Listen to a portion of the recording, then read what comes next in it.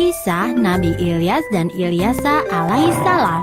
Serunya kisah Nabi Ilyas dan Ilyasa melawan penyembah patung dan penyihir. Pilih halaman, kemudian tekan tombol otomatis atau baca sendiri. Sepeninggal Nabi Sulaiman, rakyat Bani Israel mengalami kemunduran. Praktik sihir mulai muncul lagi dan mereka menciptakan Tuhan baru, yaitu Ba'i. Keadaan pun menjadi semakin kacau. Saat itulah Allah mengutus Nabi Ilyas untuk mengembalikan keimanan rakyat Bani Israel. Sama seperti kaum Bani Israel terdahulu, kali ini pun mereka menentang dengan keras dakwah Nabi Ilyas. Mereka menuduh Nabi Ilyas sebagai orang gila. Bahkan ketika Nabi Ilyas menyampaikan azab Allah, kaum Bani Israel tetap saja membangkang. Azab Allah sungguh dahsyat, yaitu datangnya musim kemarau yang panjang sampai 3 tahun. Kaum Bani Israel semakin marah kepada Nabi Ilyas. Mereka pun menyusun sebuah rencana untuk membunuh Nabi Ilyas. Allah menyuruhkan kepada Nabi Ilyas untuk bersembunyi di lereng gunung. Dan dengan perlindungan dari Allah, Nabi Ilyas tetap aman di dalam gua dan tidak pernah ditemukan. Allahu Akbar. Suatu ketika, saat sedang berlari dari kejaran kaum Bani Israel, Nabi Ilyas bersembunyi di rumah seorang wanita tua. Ia hanya tinggal bersama Ilyasa, anaknya yang sedang terbaring sakit. Wanita tua itu tahu siapa Nabi Ilyas dan berjanji akan memberikan tempat untuk bersembunyi. Ia pun memohon agar Nabi Ilyas berdoa bagi kesembuhan anaknya. Nabi Ilyas memenuhi permintaan wanita tersebut. Dan atas izin Allah, Ilyasa pun sembuh dari penyakitnya. Setelah itu, Ilyasa menjadi pengikut sekaligus murid dari Nabi Ilyas. Ilyasa mendapat pendidikan langsung dari Nabi Ilyas. Ia selalu menemani kemanapun Nabi Ilyas pergi. Ada kisah yang menyebut bahwa Ilyasa adalah anak angkat Nabi Ilyas. Ia begitu patuh pada ajaran Nabi Ilyas dan selalu mengingatkan kepada kaumnya agar meninggalkan praktek sihir dan berhenti menyembah Ba'i dan kembali beriman kepada Allah. Keinginan kaum Bani Israel untuk mencelakakan Nabi Ilyas masih ada. Mereka terus saja mencari Nabi Ilyas. Perilaku mereka ini membuat Allah murka, sehingga datanglah azab bagi kaum Bani Israel. Musim kemarau panjang datang selama 3 tahun. Ladang pertanian mengering, ternak semua mati, dan sumber air pun mengering. Bencana kekeringan ini menyadarkan kaum Bani Israel. Mereka teringat pada ucapan Nabi Ilyas bahwa patung Ba'i yang mereka anggap Tuhan tidak akan mampu menyelamatkan mereka. Kini mereka pun berniat mencari Nabi Ilyas untuk bertaubat dan memohon pertolongan. Atas izin dari Allah, kaum Bani Israel berhasil menemukan Nabi Ilyas. Mereka bertaubat dan menyatakan beriman kepada Allah. Kaum Bani Israel menepati janji mereka. Kini mereka hidup dengan tentram dan beribadah sesuai dengan ajaran Nabi Ilyas. Setelah Nabi Ilyas wafat, Ilyasa meneruskan perjuangan sang Nabi untuk terus berdakwah. Dan kemudian Allah mengangkat Ilyasa sebagai nabinya. Selama masa kepemimpinan Nabi Ilyas dan Nabi Ilyasa, kaum Bani Israel hidup dalam kemakmuran dan kedamaian. Selesai. Sumber dalam Al-Quran tentang Nabi Ilyas dan Ilyasa. Dan sesungguhnya, Ilyas benar-benar termasuk salah seorang rasul-rasul. Surat As-Sofa'at ayat 123. Dan ingatlah akan Ismail, Ilyasa, Zulkifli. Semuanya termasuk orang-orang yang paling baik. Quran Surat Sad ayat 48.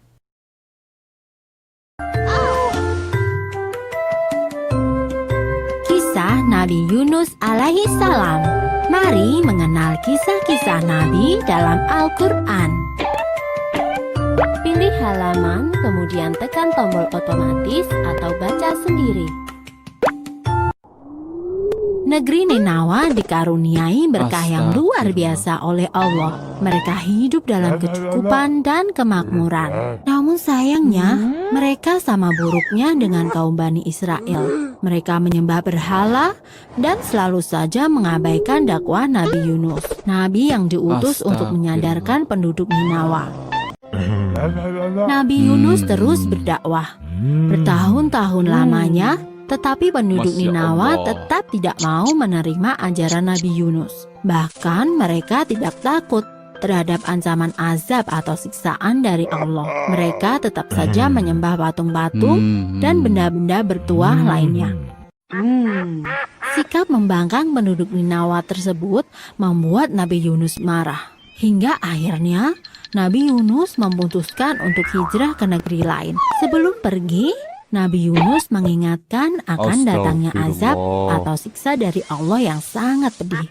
Namun, pesan itu tetap tidak dihiraukan.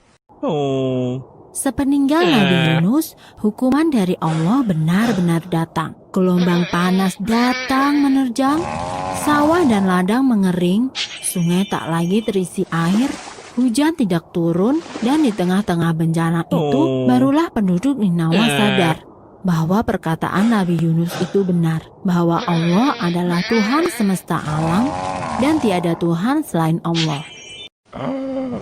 Sementara itu, Nabi Yunus menumpang sebuah perahu untuk pergi ke negeri seberang. Di tengah jalan, badai mengamuk, membuat perahu terombang-ambing. Lama-kelamaan, air pun masuk ke dalam perahu. Untuk mengurangi beban perahu, nahkoda memerintahkan semua penumpang untuk membuang semua barang. Namun kapal masih saja terguncang. Nahkoda pun memutuskan untuk membuang salah satu penumpang ke laut. Pengundian pun dilakukan. Ternyata undian tersebut jatuh kepada Nabi Yunus. Hingga 3 kali berturut-turut, undian selalu jatuh kepada Nabi Yunus.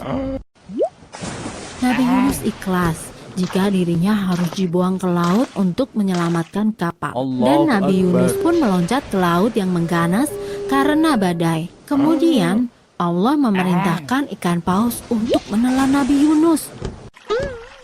Nabi Yunus benar-benar ditelan oleh ikan paus. Kini ia berada di dalam perut ikan paus. Nabi Yunus terus-menerus berzikir dan berdoa kepada Allah untuk memohon ampunan. Setelah berhari-hari lamanya, barulah ikan paus itu menepi ke pinggir pantai. Alhamdulillah. Nabi Yunus bersyukur karena ia masih hidup dan bisa keluar dari perut ikan paus. Meski demikian, ia keluar dalam keadaan sakit karena berhari-hari tidak makan dan minum. Kemudian Allah menumbuhkan pohon labu. Nabi Yunus diperkenankan untuk makan buah labu tersebut. Hingga akhirnya tubuh Nabi Yunus kembali sehat. Alhamdulillah. Selanjutnya Allah memerintahkan Nabi Yunus untuk kembali ke negeri Ninawa. Nabi Yunus pun mematuhi perintah Allah. Penduduk Ninawa yang telah bertaubat menyambut kedatangan Nabi Yunus dengan penuh sukacita. Dan mereka pun berjanji untuk mengikuti dan mengamalkan ajaran Nabi Yunus. Selesai. Sumber dalam Al-Quran, Surat Asy-Syu'ara ayat 139-148. Dan salah satu penggalan surat berbunyi, "Dan sungguh, Yunus benar-benar termasuk salah seorang Rasul."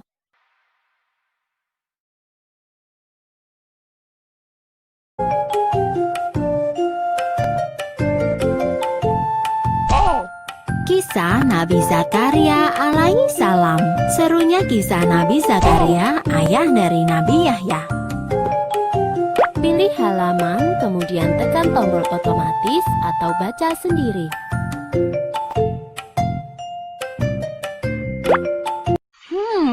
Kaum Bani Israel memang benar-benar kaum yang keras kepala, sombong, dan susah diatur. Tiada putus Allah mengutus Nabi dan Rasul-Nya untuk membimbing mereka pada ajaran yang benar. Namun selalu saja mereka mendustakan semua utusan Allah. Kitab Taurat dan Zabur tidak lagi menjadi pedoman hidup. Hukum Allah telah diganti dengan hukum yang mereka buat sendiri. Hukum yang sangat menguntungkan bagi para penguasa dan raja-raja. namun sangat tidak adil bagi rakyat biasa dan kekerasan pun semakin merajalela. Ketika Allah mengutus Nabi Zakaria kepada mereka, kaum Bani Israel menentang dan memusuhi Nabi Zakaria. Sama seperti para leluhur mereka yang selalu menentang utusan Allah. Mereka bahkan menyebar fitnah bahwa Nabi Zakaria adalah pembohong. Meskipun ditentang oleh kaumnya, Nabi Zakaria tetap berdakwah dan membimbing orang-orang untuk kembali beriman kepada Allah. Dakwah Nabi Zakaria ini membuat para pemuka kaum Bani Israel menjadi marah. Mereka bahkan mengancam akan membunuh Nabi Zakaria jika ia terus berdakwah. Astagfirullah. Kaum Bani Israel selalu berusaha untuk mencelakakan Nabi Zakaria. Perbuatan keji mereka terus-menerus hingga Nabi Zakaria tua. Saat ini usia Nabi sudah mencapai 90 tahun, tapi belum juga dikaruniai anak. Nabi Zakaria selalu memohon kepada Allah agar diberi seorang anak. Ia takut tidak akan ada yang meneruskan dakwahnya jika ia wafat tanpa memiliki seorang anak sebagai penerus. Allahu Akbar. Doa Nabi Zakaria dikabulkan oleh Allah.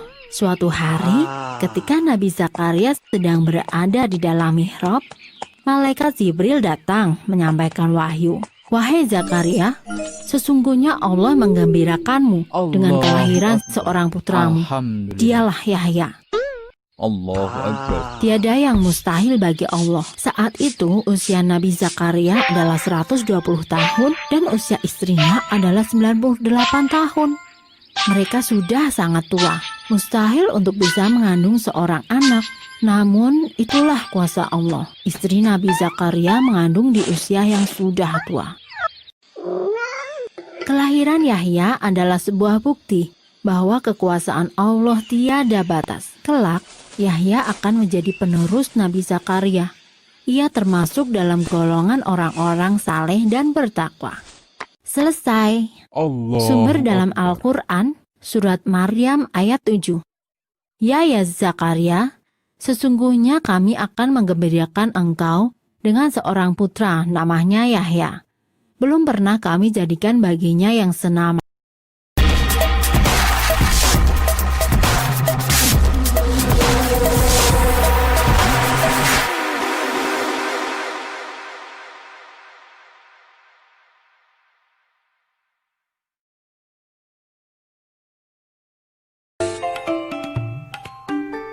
Kisah Nabi Yahya alaihi salam. Serunya kisah Nabi Yahya putra Nabi Zakaria alaihi salam. Pilih halaman, kemudian tekan tombol otomatis atau baca sendiri. Alhamdulillah. Yahya tumbuh di bawah asuhan Nabi Zakaria dan ibunya yang saleh. Ia telah menguasai dan memahami kitab Taurat sejak muda. Sifat dan pengerangainya sungguh luhur. Ia pun sangat berbakti kepada orang tua. Karenanya, Allah mengangkat Yahya sebagai nabi untuk berjuang dan berdakwah bersama ayahnya, yaitu Nabi Zakaria. Alhamdulillah. Sementara itu, kaum Bani Israel yang berdiam di Palestina diserang oleh bangsa Romawi. Mereka berhasil dikalahkan dan harus menjadi jajahan bangsa Romawi. Kemudian ditunjuklah Herodes sebagai raja. Ia memerintahkan dengan sangat kejam dan sewenang-wenang. Pemerintahan Raja Herodes yang kejam membuat kaum Bani Israel sangat menderita. Sang raja bahkan membunuh para ulama yang menentangnya. Keadaan ini membuat kaum Bani Israel terpecah. Masing-masing kelompok membentuk aturan dan pemimpin sendiri. Inilah yang menyebabkan munculnya nabi-nabi palsu. Mereka mengaku sebagai utusan Allah yang sejati. Dakwah dan ajaran kebenaran Nabi Yahya lantang terdengar. Sedikit demi sedikit, Nabi Yahya berhasil mengajak beberapa orang untuk kembali ke ajaran yang benar. Sebagai bukti taubat, Nabi Yahya membaptis mereka dengan cara memercikan air sungai Yordan. Perbuatan Nabi Yahya ini membuat kaum Bani Israel lainnya menjadi sangat murka dan semakin membenci Nabi Yahya maupun Nabi Zakaria. Sementara itu Raja Herodes yang kejam berniat untuk menikahi putri tirinya sendiri, yaitu Herodia. Keinginan Raja Herodes ini ditentang oleh Nabi Yahya karena haram hukumnya seorang bapak menikah dengan anak tirinya. Kecaman Nabi Yahya tentu saja membuat Raja Herodes menjadi sangat murka. Herodia marah kepada Nabi Yahya yang menghalangi pernikahannya dengan sang ayah. Ia pun berencana untuk menggoda Nabi Yahya dan membuktikan bahwa sesungguhnya Nabi Yahya pun tidak akan tahan dengan pesonanya. Namun usahanya gagal. Nabi Yahya sama sekali tidak tertarik kepada dirinya. Herodia pun marah dan bersumpah untuk menghancurkan Nabi Yahya. Keteguhan Nabi Yahya dalam berdakwah membuatnya harus menghadapi dua kekuatan besar, yaitu kaum Bani Israel dan Raja Herodes, serta putri Herodia yang sangat berkuasa. Putri Herodia meminta agar sang raja mengerahkan pasukannya untuk menangkap dan membunuh Nabi Yahya. Dengan demikian, mereka bisa menikah tanpa ada yang menghalangi. Dan rencana jahat itu dibantu oleh kaum Bani Israel. Mereka rela bekerja sama dengan penjajah demi menyingkirkan Nabi Yahya. Penangkapan Nabi Yahya dilakukan secara besar-besaran dan akhirnya mereka berhasil menangkap Nabi Yahya. Nabi Yahya pun dibawa ke istana untuk diserahkan kepada Raja Herodes dan Putri Herodia. Astagfirullah. Kematian Nabi Yahya segera tersebar. Meskipun sedih kehilangan putra satu-satunya, Nabi Zakaria tetap melanjutkan dakwahnya. Bagi kaum Bani Israel, halangan mereka masih ada satu, yaitu Nabi Zakaria. Mereka pun berusaha untuk menangkap Nabi Zakaria. Nabi Zakaria berlari dari kejaran prajurit Romawi. Ia kemudian bersembunyi di dalam batang pohon. Iblis yang mengetahui tempat persembunyian Nabi Zakaria segera memberitahu prajurit. Maka ditebanglah pohon itu. Saat pohon itu tumbang, Nabi Zakaria tidak ada di dalamnya. Namun, lama setelah itu, Nabi Zakaria tidak pernah muncul lagi. Apa yang mereka lakukan terhadap Nabi Zakaria dan Nabi Yahya sungguh kejam, dan orang-orang yang demikian mendapatkan murka dari Allah. Selesai. Ancaman Allah terhadap kaum yang membunuh Nabi ada pada surat Ali Imran ayat 21. Sesungguhnya orang-orang yang kufur kepada perintah Allah dan membunuh nabi-nabi dengan tidak benar dan membunuh orang-orang yang menyerukan keadilan kepada manusia, maka beri ancamlah mereka dengan siksa yang pedih.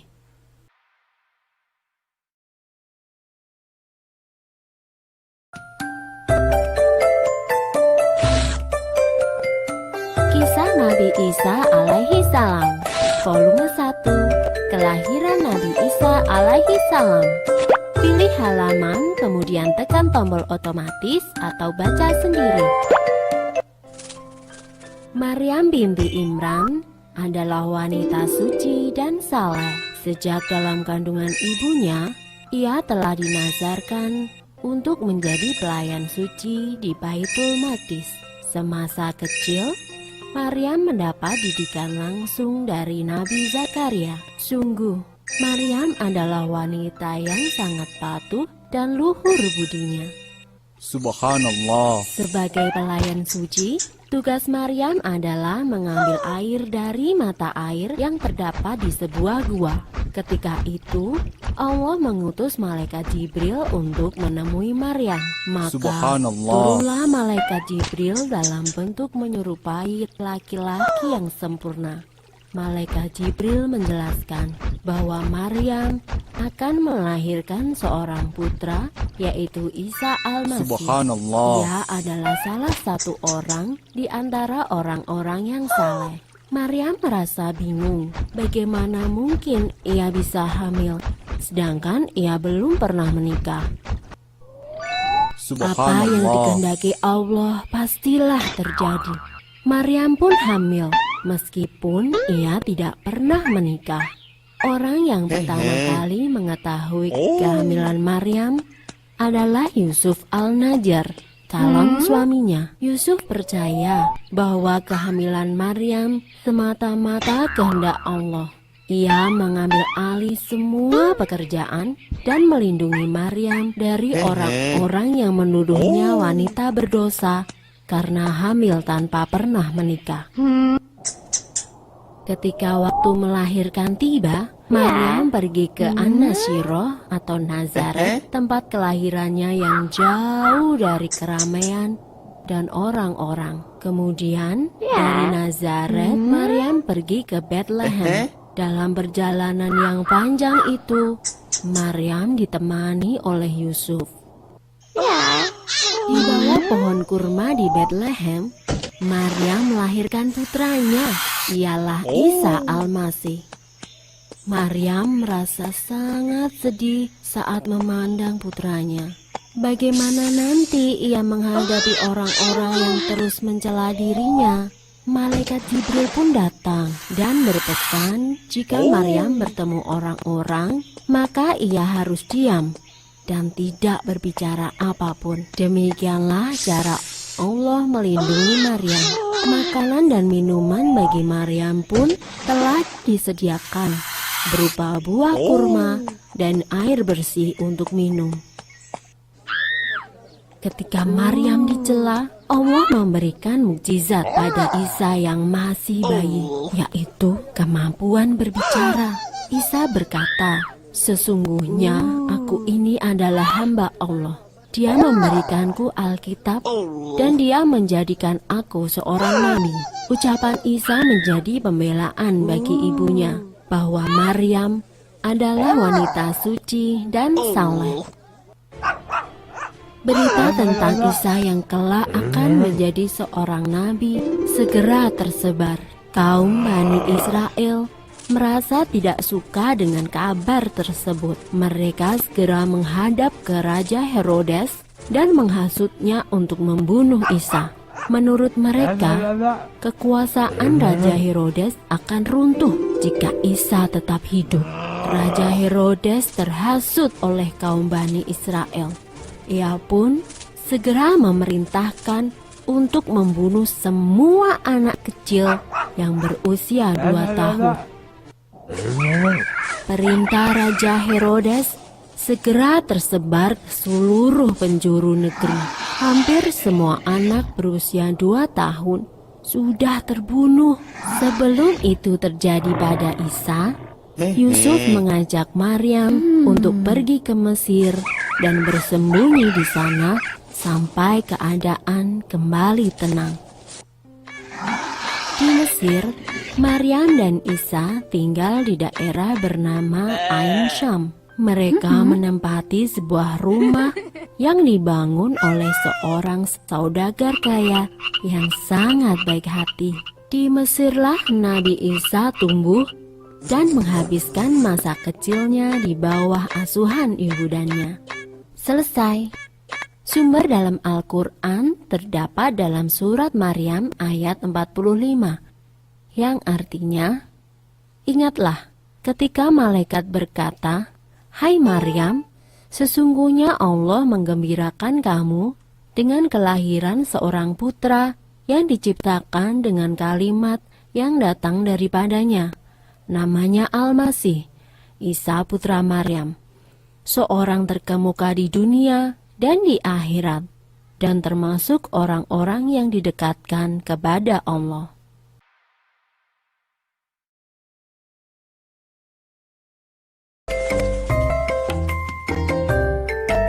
Kisah Nabi Isa alaihi salam, volume 2, Pengangkatan Isa sebagai Nabi.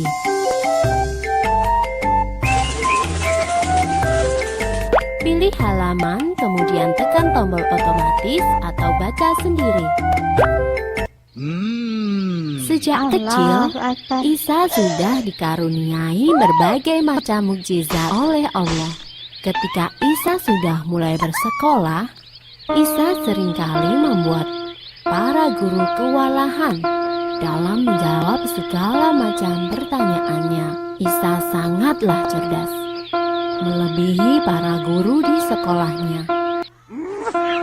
Kecerdasan Isa membuat sebagian orang merasa tidak suka. Suatu ketika, Isa mendengar suara gaduh dari dalam rumah temannya. Isa tahu bahwa teman-temannya dikurung oleh ibu mereka karena tidak diperbolehkan bermain dengannya. Kemudian Isa pun bertanya, "Suara ribut apakah itu?" Dan para ibu itu menjawab, "Mereka adalah sekumpulan kera dan babi." Mendengar jawaban ibu-ibu itu, Isa pun berdoa kepada Allah agar menjadikan mereka seperti apa yang telah diucapkan, yaitu menjadi kera dan babi. Sejenak kemudian, anak-anak itu pun berubah menjadi kera dan babi.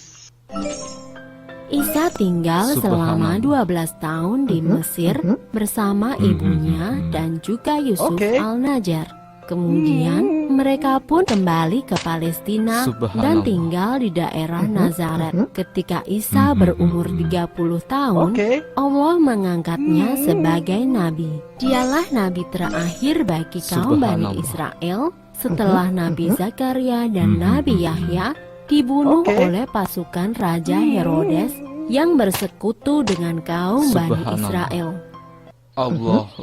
Nabi Isa alaihissalam mengajak kaum Bani Israel untuk menyembah pada Allah dan menaati segala aturannya. Sebagai utusan Allah, Nabi Isa mempunyai banyak mukjizat yang semakin menguatkan kedudukannya. Suatu ketika, Nabi Isa membuat burung dari tanah liat, kemudian ia meniupnya. Dan atas izin Allah, patung itu hidup dan berubah menjadi burung sungguhan yang bisa terbang. Atas izin Allah, Nabi Isa mampu menyembuhkan orang yang sejak kecil sudah buta. Ia juga mampu menyembuhkan berbagai penyakit yang langka. Dan ia juga mampu menghidupkan Eliezer, sahabatnya yang sudah meninggal. Kemampuan Nabi Isa ini adalah mukjizat, dan dengan mukjizat ini ia diterima dan dicintai oleh kaum Bani Israel. Setiap hari semakin banyak orang yang menyatakan beriman kepada Nabi Isa.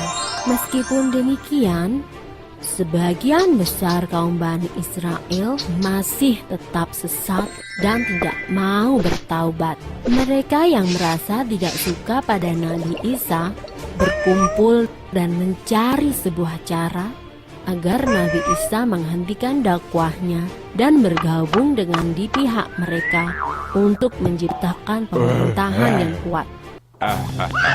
Kemudian para pemimpin kaum Bani Israel menawarkan jabatan raja untuk Nabi Isa. Tawaran itu ditolak oleh Nabi Isa. Sikap Nabi Isa ini membuat para pemimpin Bani Israel menjadi marah. Mereka berjanji akan mencelakakan Nabi Isa di kemudian hari. Nabi Isa sama sekali tidak takut pada ancaman para pemimpin Bani Israel. Ia tetap menjalankan dakwahnya, mengajak agar orang-orang mau bertaubat dan menyatakan iman pada Allah saja. Selesai. Sumber dalam Al-Quran terdapat dalam surat Maryam ayat 30, yang artinya, "Sesungguhnya aku ini hamba Allah. Dia memberiku Alkitab atau Injil, dan dia menjadikan aku seorang nabi."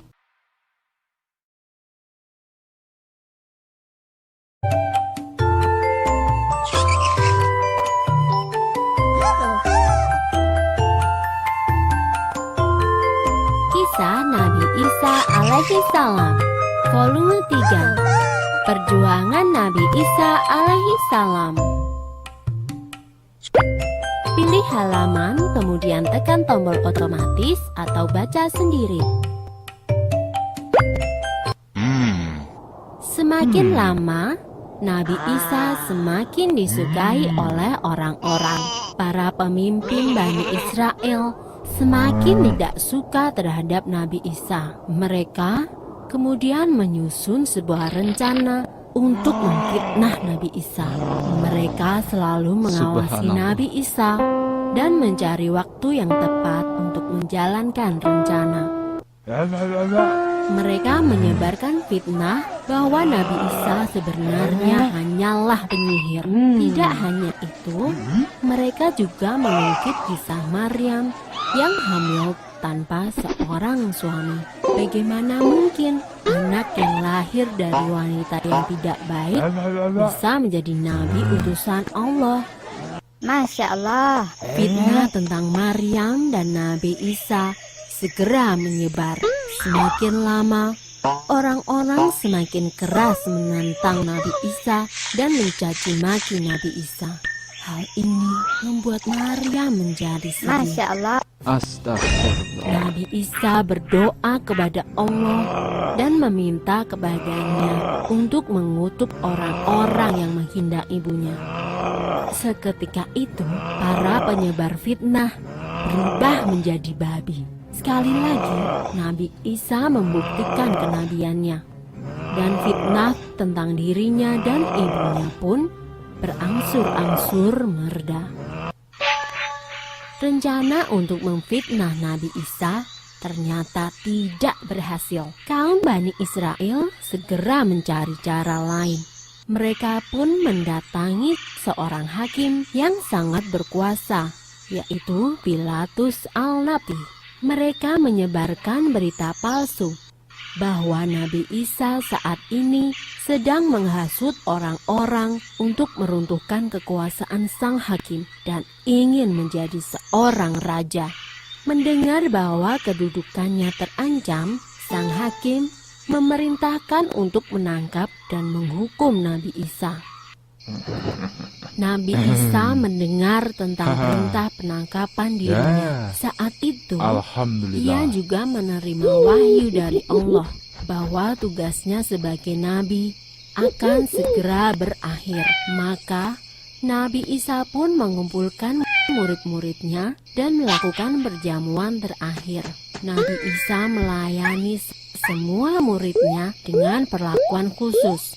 Kemudian Nabi Isa berkata bahwa salah satu dari para murid itu yang nantinya akan mengkhianatinya.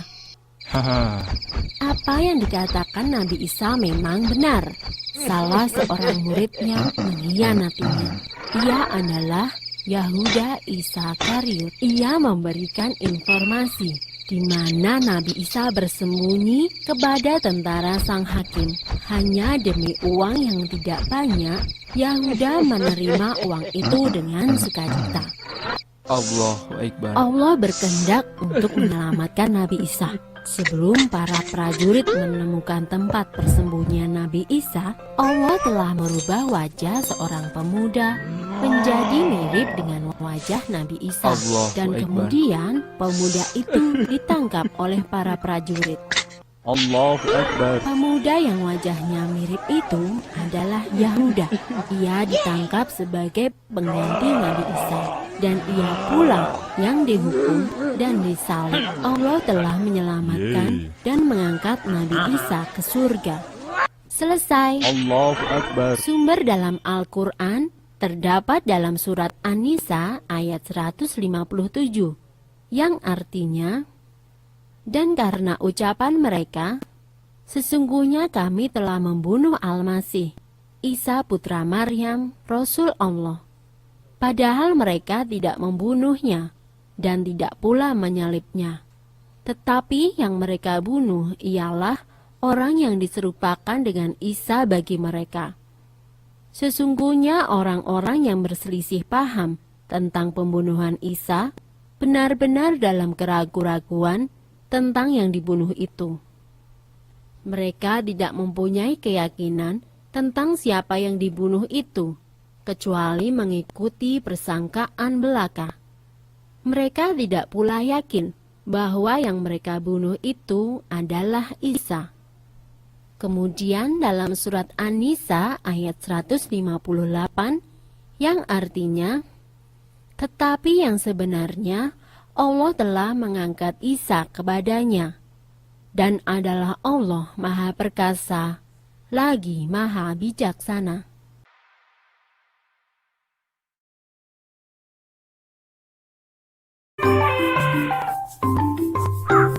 Kisah Nabi Muhammad Sallallahu Alaihi Wasallam, volume 1. Kelahiran Nabi Muhammad. Pilih halaman, kemudian tekan tombol otomatis atau baca sendiri.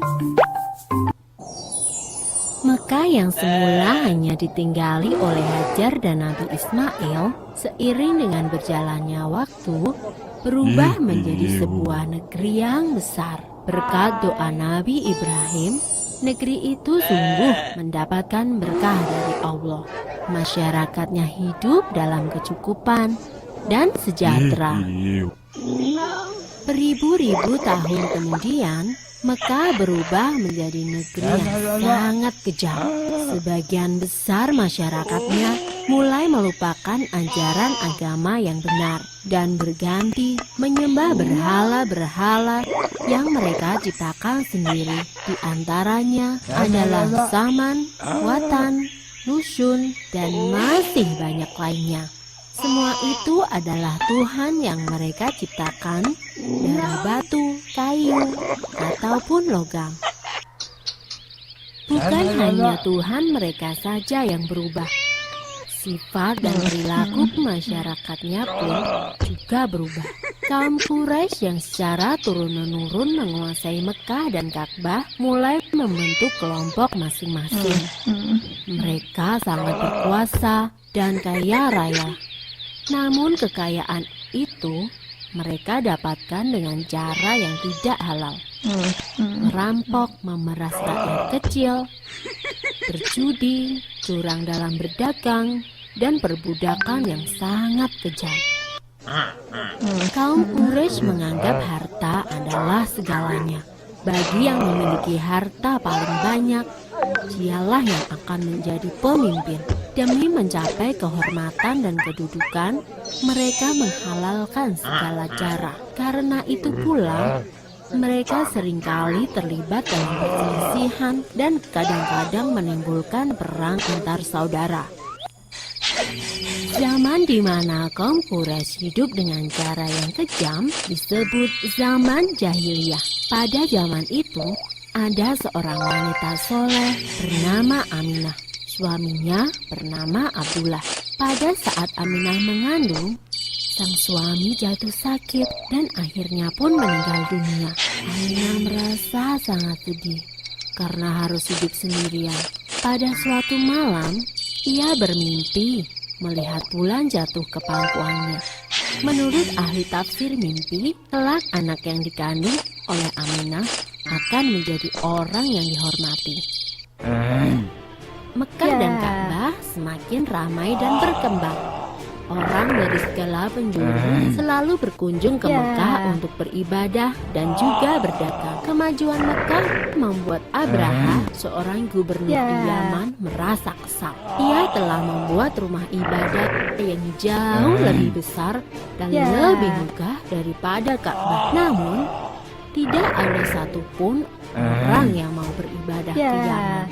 Abraha lalu memerintahkan agar semua pasukannya bersiap-siap. Mereka akan menyerang Mekah dan menghancurkan Ka'bah. Abraha dan pasukan bergajahnya menyerbu Mekah dengan penuh kesombongan. Ketika ia akan menghancurkan Ka'bah, tiba-tiba datang ribuan burung ababil.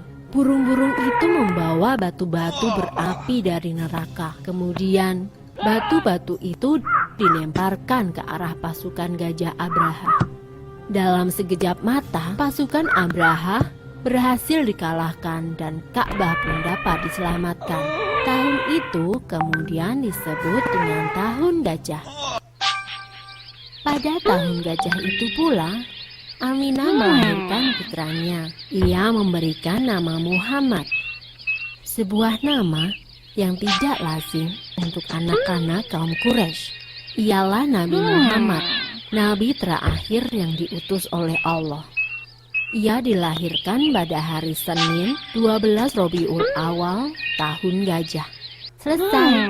Sumber dalam Al-Quran terdapat dalam surat Al-Fil ayat 1-5 yang artinya, apakah kamu tidak memperhatikan bagaimana Tuhanmu telah bertindak terhadap tentara bergajah? Bukankah dia telah menjadikan tipu daya mereka untuk menghancurkan Ka'bah itu sia-sia? Dan dia mengirimkan kepada mereka burung yang berbondong-bondong yang melempari mereka dengan batu berasal dari tanah yang terbakar. Lalu dia menjadikan mereka seperti daun-daun yang dimakan ulat.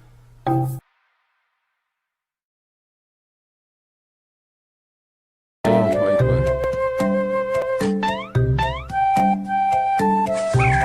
Kisah Nabi Muhammad SAW, volume 2.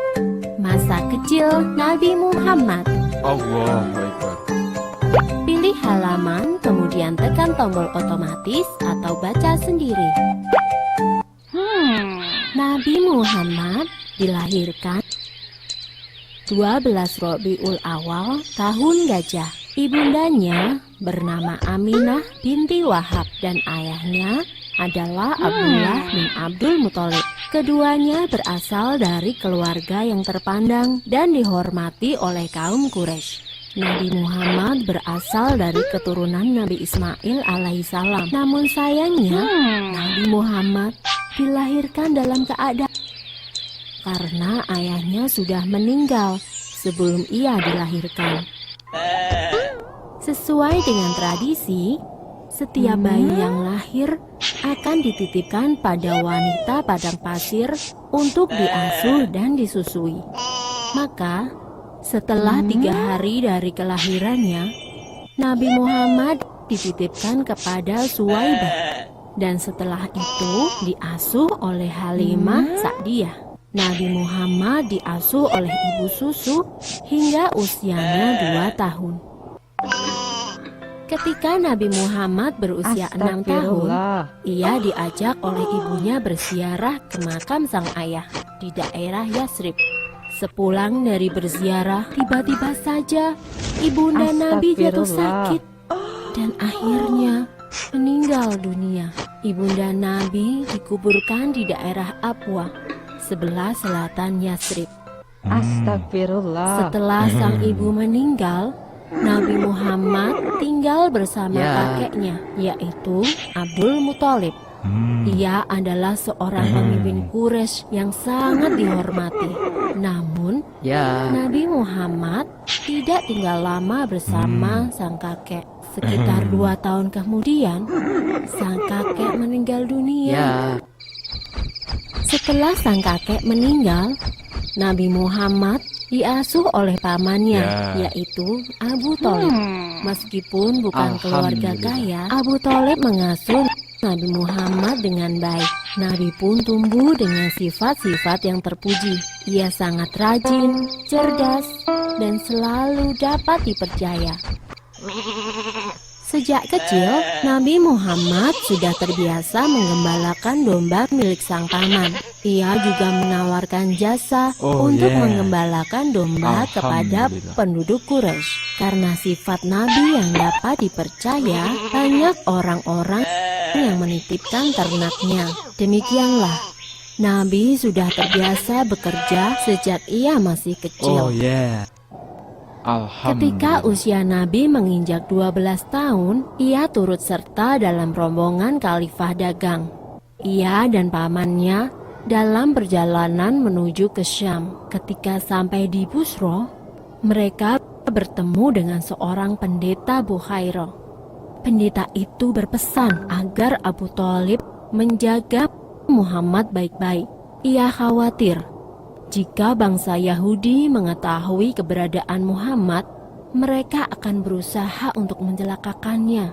Karena menurut kitab Injil Barnabas, Isa Al-Masih pernah berkata, "Akan datang sesudahku seorang rasul bernama Ahmad. Bila ia berjalan, akan selalu dilindungi awan." Dan memang, selama perjalanan itu, mereka selalu dipayungi oleh awan. Sebenarnya Abu Thalib pun heran dengan keadaan tersebut. Abu Thalib menuruti saran pendeta Bukhairah itu. Abu Thalib selalu berhati-hati Subhanallah. dalam menjaga Nabi Muhammad. Karenanya, Nabi pun tumbuh menjadi pemuda yang istimewa. Ia berbeda dengan pemuda lainnya.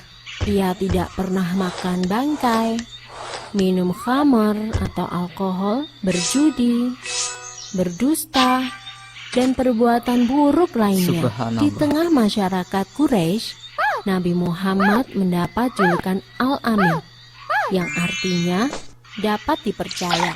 Ia juga tumbuh menjadi pemuda yang pandai dalam berdagang. Selesai.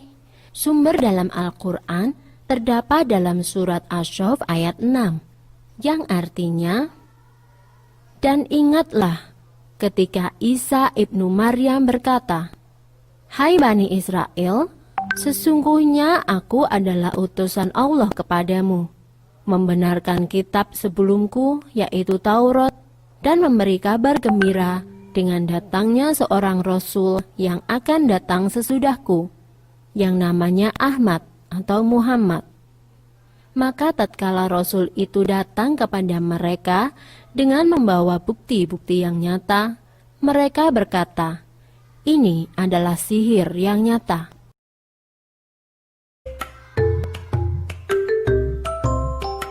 Kisah Nabi Muhammad SAW. Mari mengenal kisah-kisah Nabi dalam Al-Quran. Pilih halaman, kemudian tekan tombol otomatis atau baca sendiri.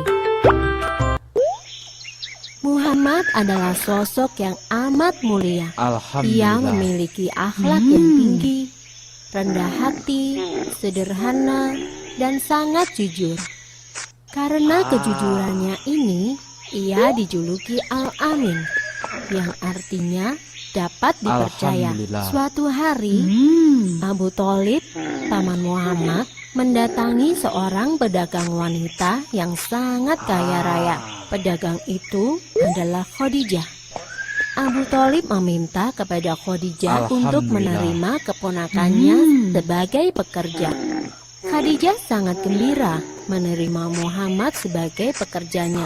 Meskipun bayaran Muhammad lebih mahal, Khadijah menyetujui permintaan Abu Thalib. Alhamdulillah. Saat itu, Muhammad mendapat 4 ekor anak unta sebagai bayaran, sedangkan pekerja yang lain hanya mendapat 2 ekor anak unta sebagai bayarannya. Masyarakat Quraisy mengenal Khadijah sebagai wanita mulia. Ia adalah seorang bangsawan yang baik akhlaknya dan cantik wajahnya. Di usia yang ke-40, suaminya meninggal dunia. Khadijah pun menjadi seorang janda. Khadijah merasa sangat tertarik pada Muhammad, bukan hanya karena Muhammad pandai berdagang, namun juga karena akhlak Muhammad yang sangat tinggi. Khadijah meminta kepada sahabatnya, Nafisah binti Umayyah, untuk melakukan pendekatan kepada keluarga Muhammad. Setelah dicapai kesepakatan, Muhammad dan Khadijah pun melangsungkan pernikahan.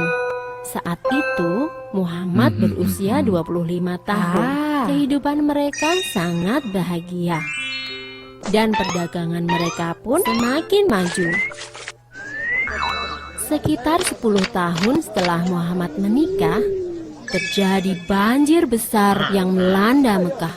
Banjir itu menggerus dan merusak dinding Ka'bah. Kaum Quraisy pun bergotong royong untuk memperbaiki Ka'bah. Namun, saat hendak mengangkat Hajar Aswad dan meletakkannya ke tempat semula, para pemimpin Quraisy terlibat dalam pertengkaran. Mereka saling berebut untuk mendapatkan kehormatan mengangkat Hajar Aswad. Karena pertengkaran ini, perang saudara hampir saja terjadi.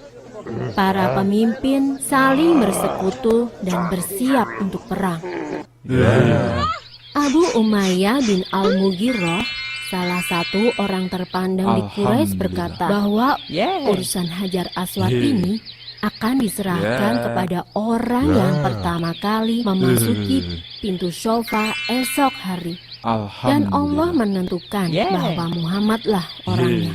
Sungguh mudah bagi Muhammad menyelesaikan masalah itu. Ia membentangkan selembar kain dan meletakkan Hajar Aswad di tengah-tengahnya. Kemudian ia meminta kepada para pemimpin Quraisy untuk memegang tepi-tepi kain tersebut, dan bersama-sama mereka mengangkat Hajar Aswad dan mengembalikannya ke posisi semula. Masalah pun terselesaikan dengan damai, dan Muhammad pun semakin dihormati.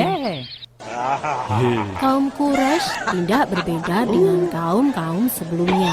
Mereka mulai meninggalkan ajaran yang benar dan mengikuti ajaran yang salah. Berbohong, curang, menganiaya, merampok, dan bersekutu dengan setan menjadi kebiasaan kaum Quraisy. Tidak ada lagi ibadah kepada Tuhan. Muhammad merasa gelisah dengan perilaku kaumnya. Ia berusaha memikirkan cara untuk membawa kaumnya kembali ke jalan yang benar. Kemudian ia memutuskan untuk menyendiri di Gua Hiro. Sekeras apapun Muhammad berpikir, ia tidak bisa menemukan jawabannya. Maka tepat pada tanggal 17 Ramadan atau 6 Agustus tahun 610, atas perintah Allah, malaikat Jibril mendatangi Muhammad dan menyampaikan wahyu. Saat itulah Muhammad mengemban tugas sebagai Nabi Allah, bukan hanya untuk kaum Quraisy, namun untuk seluruh umat manusia. Dan ia merupakan nabi terakhir, tidak ada nabi lagi setelahnya. Dakwah pertama yang diemban oleh Nabi Muhammad dilakukan secara sembunyi-sembunyi, dimulai dari keluarga dan sahabat-sahabat yaitu Khadijah, Ali bin Abi Thalib, dan Zaid bin Haritsah. Setelah itu, orang dari luar keluarga Nabi Muhammad memeluk. Mereka adalah Abu Bakar, Utsman bin Affan, Zubair bin Awam, Sa'id bin Abi Waqqas, Abu Rahman bin Auf, Tolhah bin Ubaidillah, dan masih banyak lainnya. Mereka adalah golongan orang yang pertama kali masuk Islam, dan mereka disebut Asabiqunal Awalun.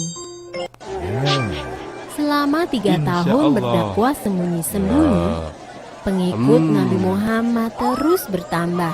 Selama itu pula, kaum Quraisy tidak begitu peduli pada gerakan Nabi Muhammad. Namun, ketika akhirnya Nabi Muhammad mulai berdakwah secara terbuka, para kaum Quraisy mulai bangkit untuk melawan Nabi Muhammad. Apalagi, dakwah Nabi yang paling keras adalah ajakan untuk memeluk Islam dengan cara meninggalkan Tuhan-Tuhan berhala mereka.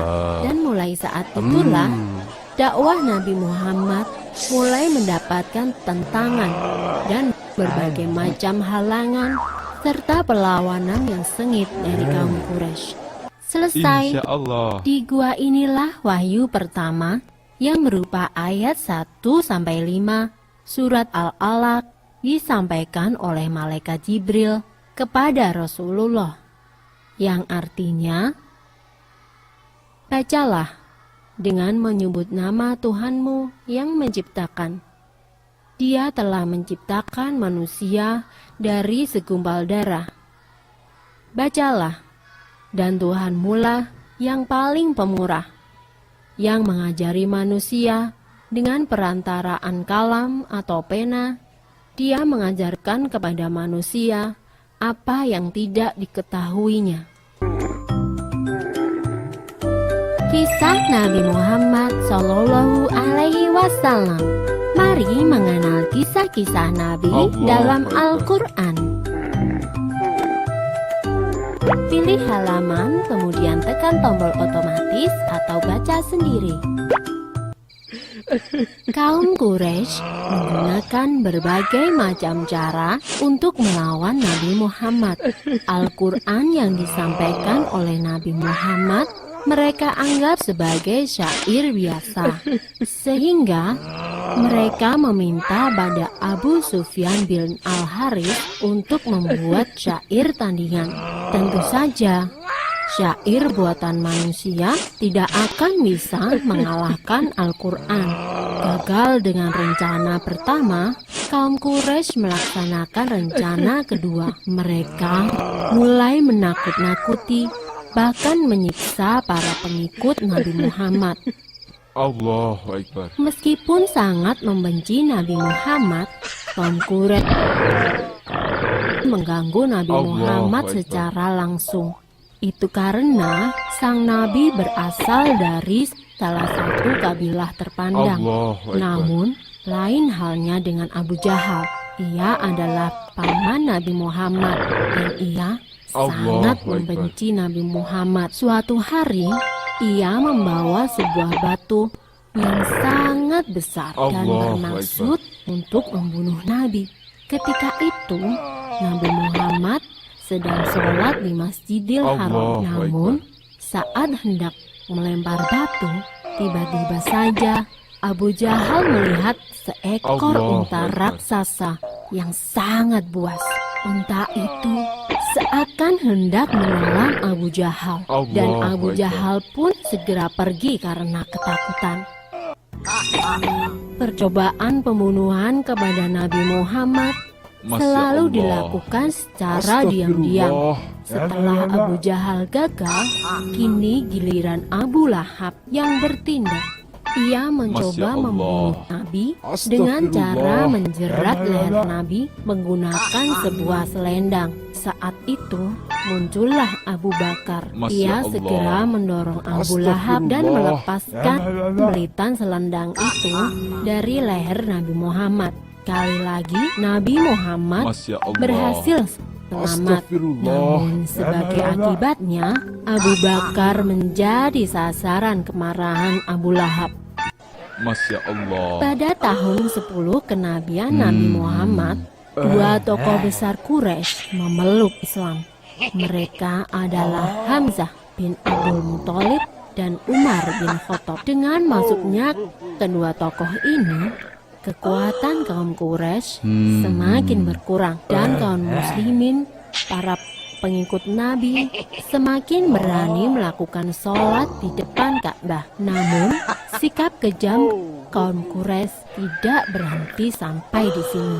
Dipimpin oleh Abu Jahal, paman Nabi, dan Abu Sufyan, kaum Quraisy mengucilkan siapa saja yang berhubungan dengan Nabi. Akibatnya, para pengikut Nabi terpaksa pindah dari Mekah. Dan saat itu pula, Khadijah dan Abu Thalib meninggal dunia. Dua orang yang sangat penting dalam dakwah Nabi. Setelah Khadijah meninggal, Nabi Muhammad pergi ke Taif untuk berdakwah kepada kaum Sakif. Namun, orang-orang di Taif menolak kedatangan Nabi. Mereka mengusir Nabi Muhammad dan rombongannya. Mereka bahkan menghina, Astagfirullah. melecehkan, dan melempari Nabi dengan batu. Sungguh berat cobaan yang dialami Nabi Muhammad dalam berdakwah. Pada tanggal 27 Rajab tahun ke-11 kenabian, Allah memerintahkan kepada Nabi Muhammad untuk melaksanakan Isra dan Mi'raj. Isra adalah perjalanan Nabi Muhammad dari Masjidil Haram di Mekah Allahu menuju Masjidil Aqsa atau Baitul Maqdis di Palestina. Sedangkan Mi'raj adalah perjalanan Nabi Muhammad dari Masjidil Aqsa ke langit ketujuh atau Sidratul Muntaha. Isra dan Mi'raj dilakukan selama waktu 1 malam saja. Dalam peristiwa ini, Nabi Muhammad menerima perintah untuk melaksanakan sholat 5 waktu. Peristiwa Isra Mi'raj Nabi Muhammad menjadi pukulan yang sangat besar Allahu bagi Akbar. kaum kafir Quraisy dan juga kaum muslimin pengikut Nabi. Kaum Quraisy menjadikan peristiwa itu sebagai bahan olok-olokan dan menyebut Nabi Muhammad Allah sebagai Akbar. penipu Ya. dan pendusta.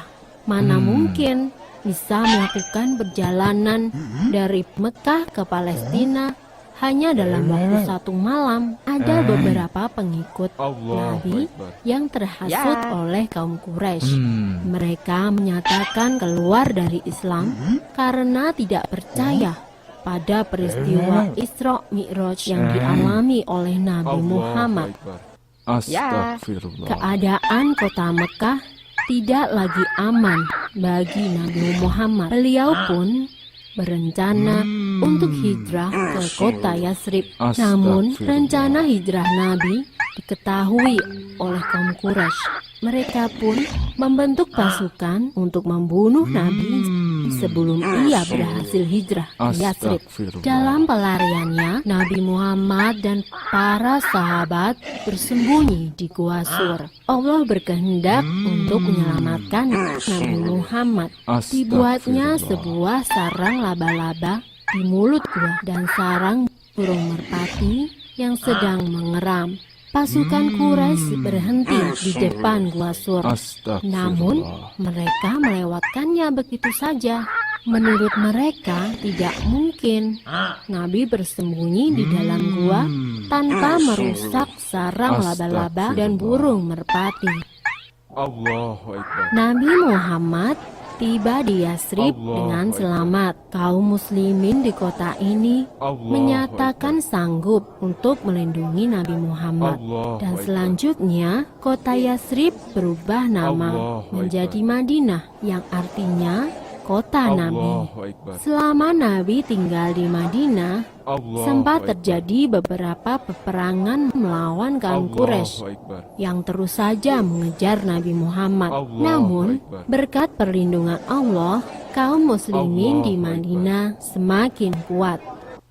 Allahu Akbar. 8 tahun setelah hijrah ke Madinah, Nabi Muhammad melakukan perjalanan pulang ke Mekah. Allahu Kali Akbar. ini, Nabi Muhammad diiringi Ya. oleh para pengikutnya yang berjumlah 10.000 orang. Melihat banyaknya kaum muslimin yang menemani Nabi Muhammad, pemimpin Quraisy pada waktu itu, Abu Sufyan bin Harb, Allahu menemui Nabi Muhammad dan menyatakan diri Ya. masuk Islam.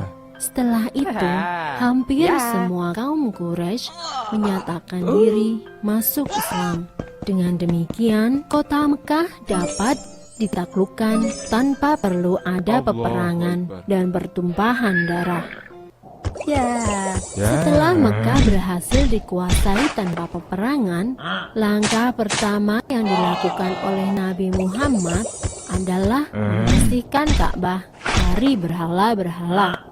Sebanyak 360 berhala disingkirkan dan dihancurkan.